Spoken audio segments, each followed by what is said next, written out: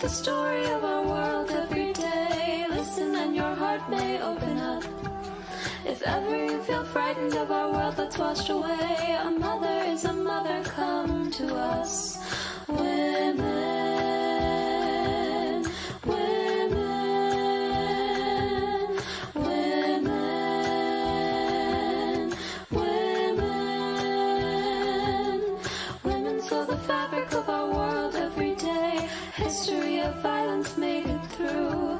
The stories that we share will all live on, and so we say these truths are our gifts passed on to you, women.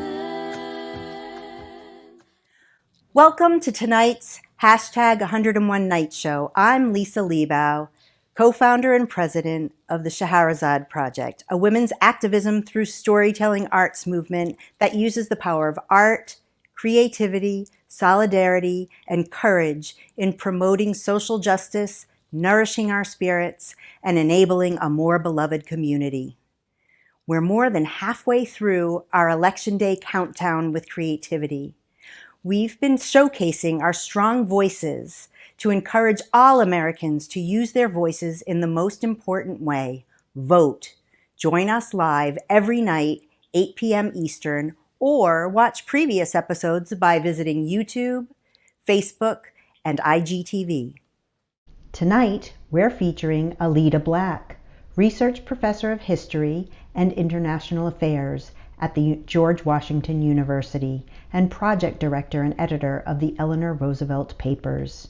Her numerous honors include the Millennium Medal from the George Washington University, postdoctoral fellowships at George Mason University and the Smithsonian Institution's National Museum of American History, fellowships from the Franklin and Eleanor Roosevelt Institute, the Gerald R. Ford Foundation, and the Harry Truman Foundation. She's author of numerous books, including Casting Her Own Shadow, Eleanor Roosevelt and the Shaping of Post-War Liberalism, and Courage in a Dangerous World, the Political Writings of Eleanor Roosevelt. She's also served as an advisor to the PBS American Experience documentary on Eleanor Roosevelt and curated an exhibit honoring her role in the drafting of the Universal Declaration of Human Rights for the National Cathedral in Washington, D.C., which was displayed at the New York Custom House as part of its Beijing +5 exhibit. We are so honored to welcome Allida Black.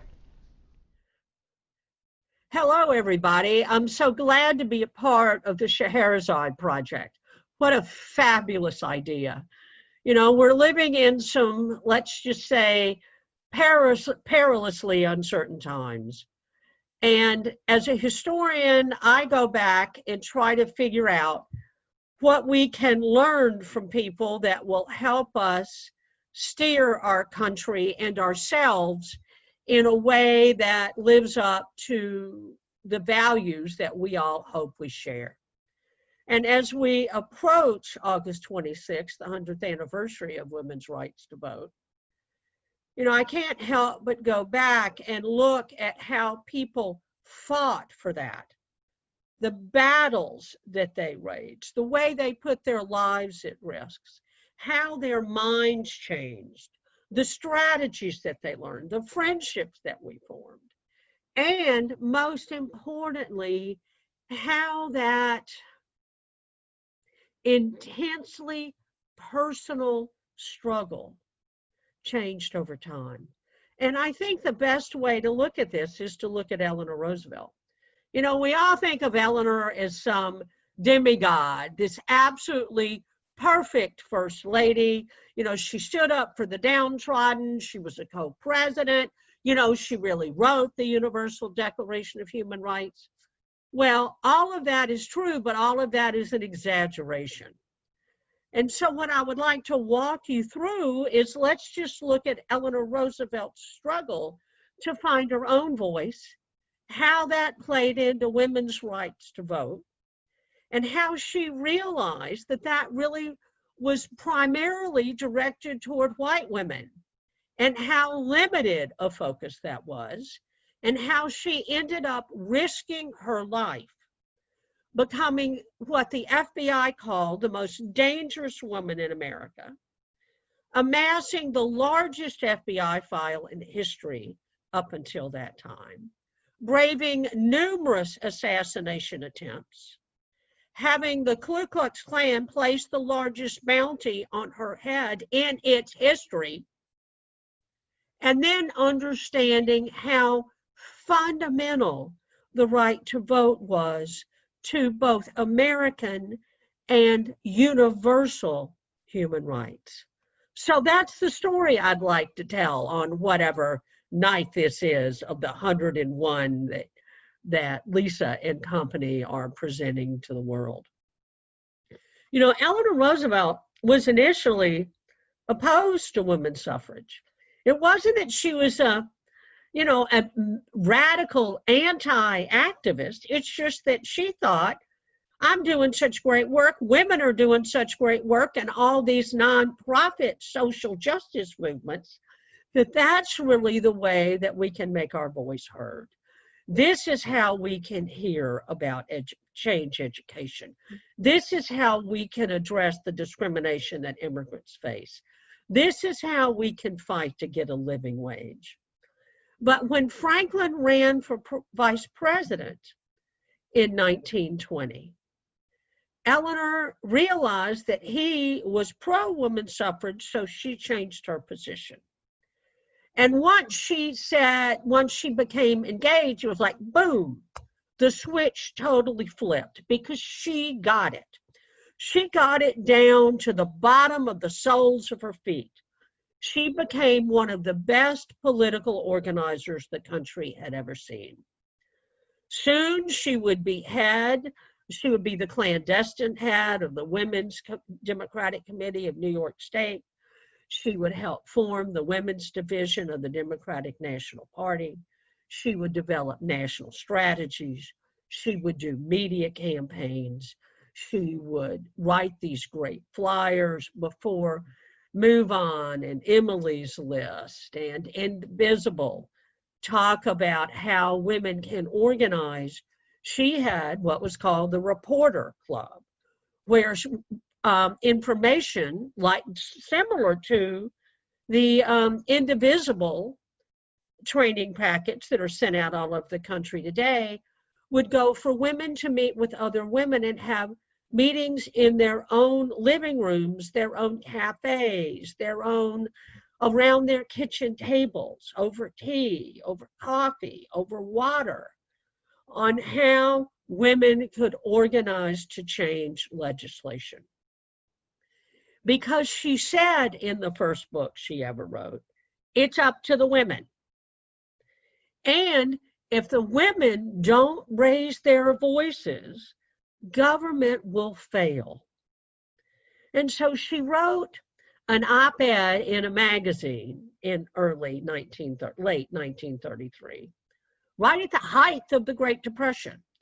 If you think the economy is bad now, it cannot compare to the Great Depression. 40%, 40% of Americans were consistently out of work. One paycheck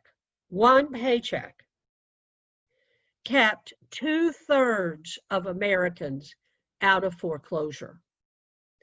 It was a horrific experience.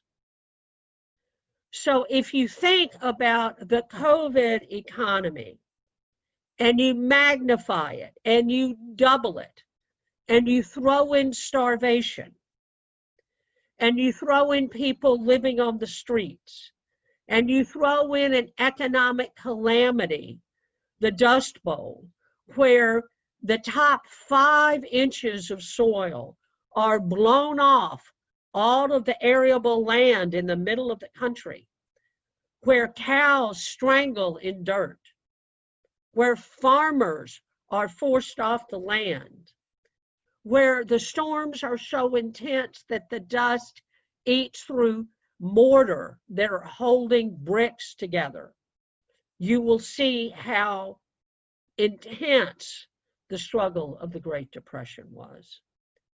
And so Eleanor's job that she took on herself was to help women find their voices and make their voices known. So she started this by having a column where it was called Mrs. Roosevelt's Page. And she said, I want you to write to me. Tell me what's happening in your life. We don't know if these policies we put together in the first 100 days, if my husband's brain trust has put together, will work. You know, we're trying. We're engaged in bold, persistent experimentation. But this is your life. You have to tell us what's going on.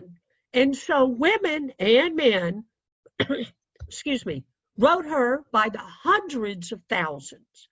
She got more letters in 3 months than 4 presidents received together in their entire term. And everybody got an answer. That was revolutionary in America. And so American women began to understand that their vote mattered, their voice mattered, their hopes mattered. And this included African American women, Black women, who lived in the South and in the North, who were disenfranchised either by Jim Crow policies because they didn't have enough money to pay a poll tax to vote. You had to pay a tax to vote. They didn't know the Constitution well enough to pass a literacy test that a voter registrar would give them, which would be, if I was white and I went in, it would be, give me a grocery list, what's the price of an apple? If I was Black and I went in, it would be, tell me what subsection 3 of Article 2 of the Constitution of the United States says. And so they were systematically weeding out Black women voters. Eleanor Roosevelt didn't understand this really until she moved into the White House. And then once she understood it and was mentored by the great African American leader, you know, I used to call, before 9/11, I used to call Eleanor Roosevelt and Mary McLeod Bethune the twin titans of justice of the 20th century. But the sentiment still holds. And Bethune and Pauli Murray, different generations, different temperaments, both adamantly committed to empowering Black women politically, taught Eleanor about racial justice. And so Eleanor helped form the Southern Conference for Human Welfare. She co-chaired the National Committee to abolish the poll tax. She wrote columns. She went on a national speaking tour about it. People tried to kill her on this. The Ku Klux Klan placed dynamite next to a tree adjacent to a Revolutionary era clapboard church in North Carolina, Guilford, where Eleanor was speaking about the poll tax. So she risked her life through this, through the Great Depression, and especially during the war, when we began to see that America was going to fight for the 4 great freedoms: freedom of speech and information everywhere in the world, freedom of religion everywhere in the world, freedom from want everywhere in the world, and freedom from fear.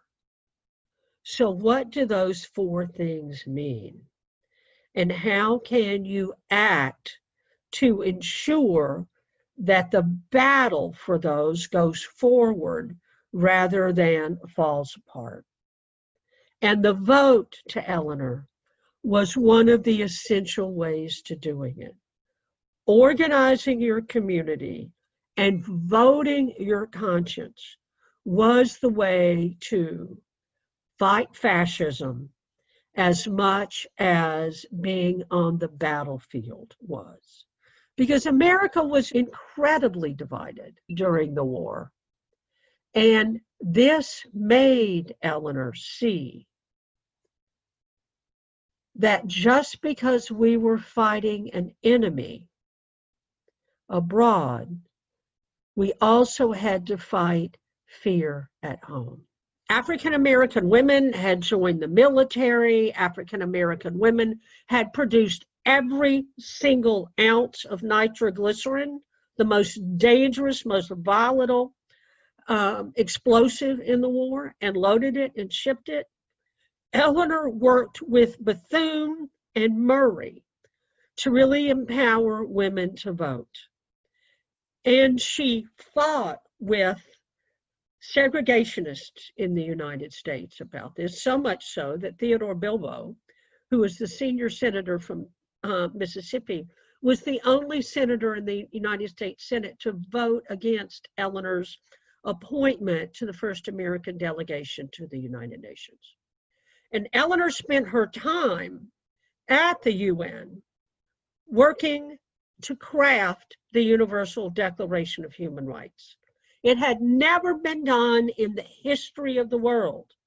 She believed that she and the people on her committee had a moral obligation and an essential practical obligation to give the world a vision that would stand up against the horrors and the nightmares of the Holocaust, the violence of the atomic bomb, and the tragedy of the battlefield. And so there were 18 nations on this committee. Nobody agreed, excuse me, on whether private property existed, what the right of marriage was, about religion, the purpose of government, anything. The only thing they agreed on was, by God, they beat the Germans and they beat the Japanese. And so Eleanor carefully marshaled this very diverse committee to craft the Universal Declaration of Human Rights, which has 30 articles. And she forced the United States government to see that human rights were not just political and civil rights, they were also economic, social, and cultural rights. And she saw the vote and political education as the underpinning of both, because you have to find your voice, have the confidence to address the issues and the problems that you want to change, and the courage to go vote your conscience. And so to Eleanor and to those other women, Black and white, Mexican, Asian, other forms of the Latina community, all of them saw the vote as a tool for their voice to build a world grounded in human rights. And so as we look today and we see the fateful choices that confront the world, I want you to think of the courage these women had, how they stood up to the Klan, how they stood up to the press, how they stood up to critics who attacked their families, who took their livelihoods. They put their lives at risk so that we could have a chance to move our dreams forward. So I would like to close this story by quoting Eleanor. If she was here, what she would say to you. She would say, first of all, no one can make you feel inferior without your own consent. And the second thing that she would say is staying aloof is not a solution. It is a cowardly evasion. And so as we summon the wisdom and the breadth of Scheherazade, let us remember to take courage and joy and comfort from those who came before us so that we can continue our fight today. Stay safe and stay well. Thanks for joining the sisters tonight. If you've joined us other nights, I'm sure you too are impressed by the diversity of storytellers' approaches. Some have created new work for their night's performance, others have shared previous work, but all have signed on to support us by sharing their voices. By the time we reach November 2nd, the eve of the 2020 Election Day, all eligible voters will be ready to raise their voices too, in the most important way of all. Go vote, everyone. Mother is a mother come to us. Women, women, women, women. Women sew the fabric of our world every day. History of violence made it through. The stories that we share will live on, and so we say these truths are our gifts passed on to you.